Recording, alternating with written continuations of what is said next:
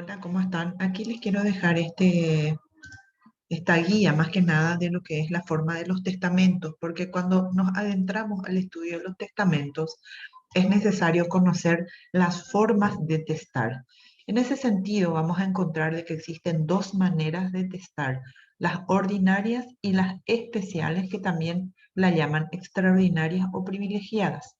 Las ordinarias pueden ser testamento hológrafo, puede ser público o puede ser un testamento cerrado.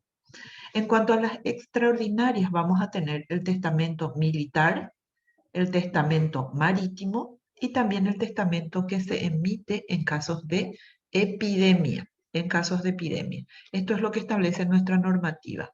A dicho efecto, el artículo 2006-18 en nuestro Código Civil establece que las formas ordinarias de testar es el testamento hológrafo, el testamento por acto público y el testamento cerrado, los cuales van a estar sometidos a las mismas reglas en que concierne a la naturaleza de la extensión de las disposiciones que contengan. Es decir, que cada uno de ellos va a estar estableciendo su formalidad para poder tener validez. El artículo 2619 que dice que toda persona capaz de testar puede disponer por testamento, puede testar a su elección en una u otra de las formas ordinarias de testamento, siempre que tiene o tenga cualidades físicas, intelectuales requeridas para cada caso. Un escrito, aunque estuviera firmado por el testador, en el cual no enunciare sus disposiciones, sino por la simple referencia a un acto destituido de las formalidades requeridas, será de ningún valor. ¿Qué significa? Que para cada tipo de testamento ordinario, y cuando decimos ordinario es el hológrafo, el público y el cerrado, para cada clase de este tipo de testamento tiene que mantenerse las exigencias para cada naturaleza. Si alguno de los requisitos faltare, eso haría que sea nula la exposición dada por el testador. Bueno, sigamos. El 2620 de nuestro Código Civil establece que la validez del testamento en cuanto a la forma depende de la observancia de la ley que rija el tiempo de su otorgamiento. Una ley posterior no trae cambio alguno. ¿Qué significa? Que en realidad si el testador hace su testamento bajo un esquema de ley específico, posteriormente se promulga una nueva ley que establece otros requerimientos, no le resta validez al ya emitido. El 2621 dice que la forma de una especie de testamento no puede extenderse a los testamentos de otra especie, lo que significa que la forma establecida para un testamento hológrafo no puede extenderse para uno público o para uno cerrado. Cada uno va a tener su forma que lo haga válido. La prueba de la observancia de las formalidades prescriptas para la validez de un testamento debe resultar del mismo y no de otros escritos, y no puede ser demostrado por testigos. Entonces, cada tipo de testamento con su propia exigencia. Debe cumplir cada una de las exigencias para que sea válido.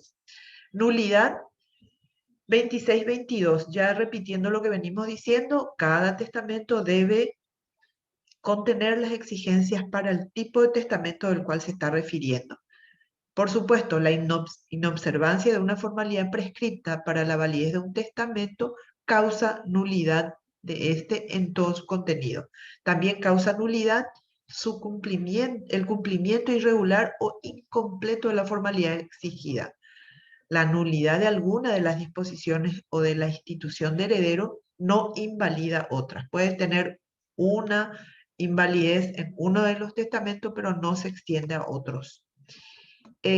Confirmación por acto posterior. El artículo 26-23 dice que el testador no puede confirmar por un acto posterior las disposiciones contenidas en un testamento nulo por vicios de forma, sin reproducirlas, ¿ok? Aunque dicho acto esté revestido de todas las formalidades requeridas para la validez de los testamentos.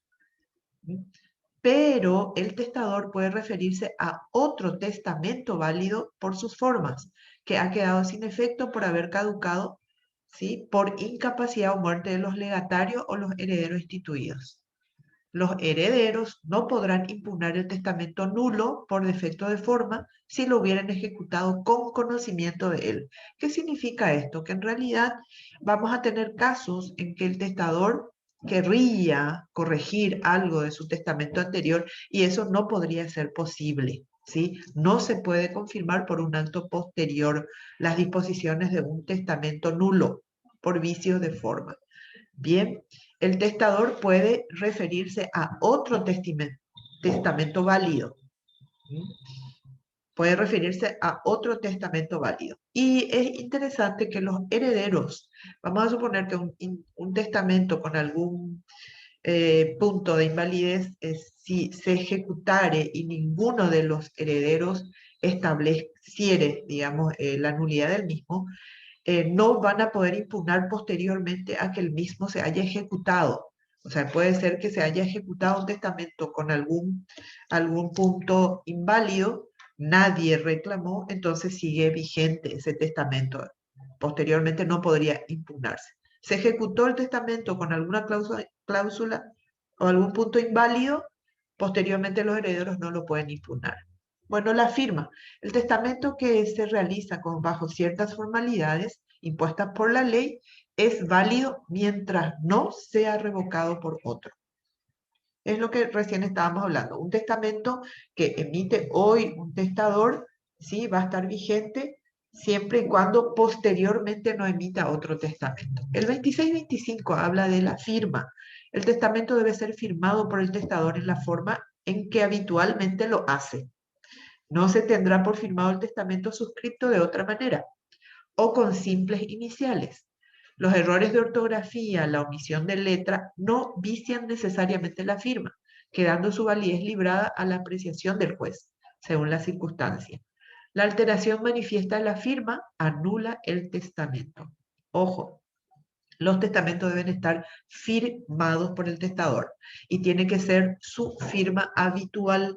No puede utilizar señalizaciones, no puede, digamos, hacer una firma manifiesta, porque eso anula el testamento, ¿sí? Anula el testamento. Vamos a suponer que le falte una letra a su firma, eso tal vez no invalide conforme a lo que dice la propia ley, ¿verdad? Si la omisión de letra, eso no vicia la firma, entonces no queda inválido. Bueno, la forma de otorgar, el 2626 dice que los testamentos hechos en Paraguay deben ser otorgados en alguna de las formalidades establecidas en el código, sea paraguayo o también pueden ser extranjeros. El testamento que se haga en el extranjero solo tendrá efecto en el país si es formalizado por escrito y siempre que lo otorgue personalmente el testador de acuerdo con las leyes del lugar o según la del país en que el testador permanezca o según las formas prescritas por el código. Entonces, cuando hablamos de la forma de otorgar el testamento, tiene que ver con lo que ya en la primera parte hablé, que es en el formato, el tipo de testamento que nosotros tengamos que escoger. Por ejemplo, va a tener cada uno su forma. Por lo tanto, los testamentos que se hagan en Paraguay deben ser otorgados de acuerdo a la forma que establece el código. O sea, si voy a otorgar un hológrafo de acuerdo a su forma, si va a ser uno público de acuerdo a su forma.